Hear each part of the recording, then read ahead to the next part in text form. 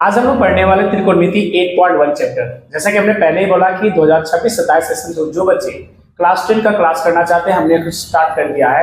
इसलिए आज का जो टॉपिक है हम लेकर के आए हैं, जैसा कि आपने देख रहे हैं, त्रिकोणमिति अनुपात। अर्थात ये होते क्या है, इसके बारे में बेसिक जानकारी हम आपको बता देते हैं, उसके बाद फिर क्लास इसको स्टार्ट करते हैं। आप सभी को पता है त्रिकोणमिति, देखिएगा ध्यान से, हमने कहा कि TRIGONOMETRY त्रिकोणमिति। त्रिकोणमिति का मतलब पहले क्या होता है वो ये समझोगे। देखो यहाँ पे ट्राई पहला आएगा, ट्राई का मतलब होता है वो तीन, ठीक है। उसके बाद क्या आएगा सर जी, उसके बाद आएगा यहाँ पे हमारे पास दिया हुआ है ना, इसके बाद हमारे पास आ जाएगा गोनिया, GONIA गोनिया। गोनिया का अर्थ क्या होता है, कहोगे सर जी कोण, ठीक है। इसके बाद क्या आएगा, तो हमारे पास इसको अगर तोड़ते हैं बेसिक से तो आएगा मेट्रॉन, अर्थात METRON। मेट्रॉन का अर्थ होता है बाबू माप। ये देखिए बस, त्रिकोणमिति ट्राई मीन्स तीन, गोनिया मीन्स कोण और मेट्रॉन मीन्स माप। अर्थात हम कह सकते हैं त्रिकोणमिति का अर्थ होता है बाबू तीन कोणों की माप। जिसकी तीन कोणों की माप को हम लोग त्रिकोणमिति कहते हैं। बारीकी से समझने की कोशिश करेंगे। आगे हम लोग बढ़ेंगे कि सर यहाँ तक समझ में आ गया।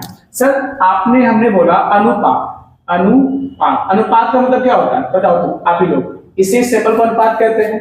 अनुपात का मतलब वो बटा में तो होता है कि नहीं होता है, चलो कोई भी चीज हो जाए इसको हम कहते हैं अनुपात है सर। तो त्रिकोणमिति का मतलब होता है तीन कोणों की माप जो की जाती है उसे त्रिकोणमिति कहते हैं। सिंपल वे में हम आगे जानेंगे कि सर त्रिकोणमिति का उपयोग हम लोग क्यों करते हैं। देखिएगा यहाँ पे त्रिकोणमिति में हम लोग एक चीज का उपयोग करते हैं, वो एक ही त्रिभुज, इस त्रिभुज की याद रखिएगा। हम लोग त्रिकोणमिति में ओनली फॉर, सब बच्चों को पता होगा नहीं तो ध्यान देंगे, समकोण त्रिभुज की जानकारी रखेंगे, ठीक है। किसकी, समकोण त्रिभुज की जानकारी रखेंगे, याद रखिएगा। सर कैसे रखेंगे वो देख लो।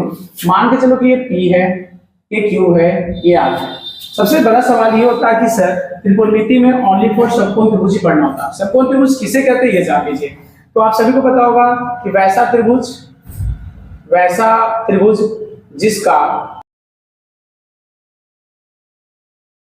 जिसका एक कोण 90 डिग्री का हो उसे समकोण त्रिभुज कहते हैं। देखिए यहाँ पे क्या हो गया आंसर। समकोण त्रिभुज किसे कहते हैं, तो कहोगे कि सर वैसा त्रिभुज जिसका एक कोण 90 डिग्री का हो उसे समकोण त्रिभुज कहते हैं। फॉर एग्जांपल मैं बात करता हूं, यहाँ ध्यान से देखेंगे कि देखिए ये हमने एक त्रिभुज बनाया, ये देखो 90 डिग्री है कि नहीं बाबू, देखो यहाँ पे 90 डिग्री का मतलब हमने कहा कि ऐसा त्रिभुज जो कि एक सीध में खड़ा हो। देखो ये जो P से क्यों हमने लाइन खींचा, यही हो गया 90 डिग्री का, ये देख लो। और इसमें और भी क्या क्या है इसके बारे में बताएंगे हम आपको, लेकिन आपको जानना है कि समकोण त्रिभुज में ओनली फॉर 90 डिग्री अर्थात एक त्रिकोणमिति में और समकोण त्रिभुज का ही फिगर बनेगा। दूसरी चीज जानकारी देंगे, ये देखेंगे आपको मैं बता देता चल रहा हूं, यहाँ देख लो नंबर 1 फिगर में बताता हूँ। ये देखिए हमने किसकी, अब आप बता दो कौन सा त्रिभुज है, कहोगे सर जी ये समकोण त्रिभुज है PQR। यहाँ क्या बनेगा 90 डिग्री, ठीक है। अब देखो यहाँ पे हमने 90 डिग्री बनाया। एक समकोण त्रिभुज की बात है, यहाँ पे एक न्यूनकोण बनेगा, एक यहाँ न्यूनकोण बनेगा, ठीक है। यदि थीटा नीचे बना, देख लेना, यदि थीटा नीचे बना, इस फिगर का नाम कर्ण होगा बाबू, इसका नाम हो गया कर्ण, ठीक है। इसको शॉर्ट में कहते हैं H, इंग्लिश में कहते हैं हाइपोटेनियस, ओके। ये जो देखो लंबा है ना, इसको हम लोग कहते हैं बाबू लंब, इसको इंग्लिश में कहते हैं परपेंडिकुलर, शॉर्ट में P। नीचे कहते हैं बाबू, इसको कहते हैं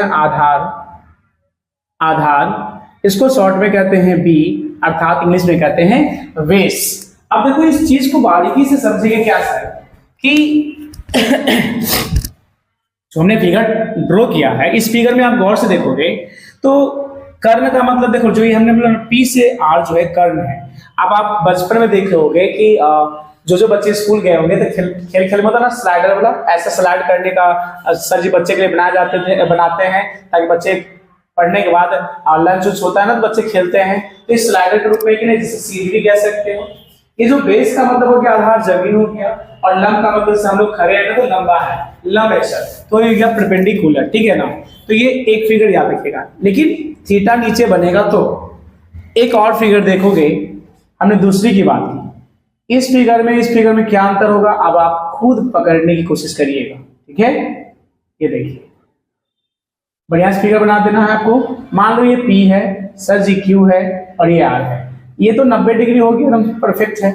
हमने कहा थीटा भी यहाँ ना बना करके थीटा हम यहाँ बनाएंगे। थीटा कहाँ बनाएंगे बाबू? ऊपर थीटा बना रहे हैं। थीटा कहाँ बना रहे सर जी? ऊपर। यदि थीटा ऊपर बनाएंगे तो चेंजिंग क्या होगा वो देख लो। थीटा ऊपर बनेगा तो कर्ण कभी चेंज नहीं होता बाबू, ये याद रखना, कर्ण नहीं चेंज होगा। लेकिन ये जो इसके सामने का जो रहता है ना, ये हो जाता है लंब, ठीक है। और इसके सामने का जो आता है ना, इसको कहते हैं सर जी आधार। तो चेक करो कि यदि थीटा ऊपर बना तो जो लंब था वो बन गया आधार, और जो आधार था वो बन गया लंब। इस प्रकार से इंटरचेंज होता है, बस इतना याद रखिएगा कि सर किस प्रकार से हमने ये चीज के बताया। तो ये दो फिगर जानना आपको बहुत ज्यादा जरूरी है, इसके बारे में याद रखेंगे कि त्रिकोणमिति में हमें मात्र एक फिगर पढ़ना है सर, जिसमें समकोण त्रिभुज पढ़ना है। समकोण त्रिभुज किसे कहते हैं? हमने लिख दिया कि वैसा त्रिभुज जिसका एक कोण 90 डिग्री का, उसे समकोण त्रिभुज कहते हैं। इसमें दो फिगर जानना है। पहला फिगर हमने बताया आपको बाबू कि ये देखिए, यदि थीटा यहाँ नीचे बनेगी तो आपको नामकरण कैसे करेंगे। दूसरा हमने कहा यदि थीटा ऊपर बनेगा तो ये इसके सामने वाला चेंज हो जाता, कर्ण चेंज नहीं होगा, लंब बन गया आधार, आधार बन जाएगा लंब। ये बेसिक जानकारी आपको जानना जरूरी था, ठीक है ना। अब इसके बाद क्या जानना है सर? तो इतना हमने देख लिया कि हाँ इस फिगर का कंप्लीट हो गया।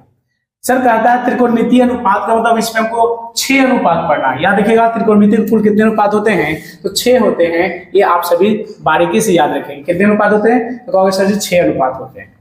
बताते हैं आपको त्रिकोणमिति के अनुपात। देखिए यहाँ पे, यहाँ तक समझ में आ गया तो आगे देखेंगे हम लोग। त्रिकोणमिति में टोटल 6 अनुपात होते हैं। कितने अनुपात होते हैं सर? कहोगे त्रिकोणमिति में 6 अनुपात होते हैं। त्रिकोणमिति के 6 अनुपात होते हैं। कौन कौन होते हैं? बारीकी समझिए। पहला नंबर साइन थीटा, तो यहाँ थीटा गुना में नहीं है बाबू, ना भागा में है। ये थीटा यहाँ पर एबीसीडी कुछ भी रख सकता है, इसलिए मैं बताता हूँ। तो पहला अनुपात हो गया साइन थीटा, दूसरा हो गया बाबू कॉस थीटा, और तीसरा हो गया सर जी टेन थीटा। सर 3 को बताया आप, और इसके बाद होता है चौथा COSEC कॉसेक थीटा, पांचवा हो जाएगा बाबू SEC सेक थीटा, और उसके बाद छठा हो जाएगा नंबर हमारा सर जी COT कॉट थीटा। ये त्रिकोणमिति के 6 अनुपात है। यहां से हम पैटर्न चालू हो जाएंगे, याद रखिएगा। ये बेसिक जब तक जानकारी नहीं रखेंगे तब तक इसके बारे में नहीं समझ में आएगा। तो अगर आपसे कोई पूछा जाएगा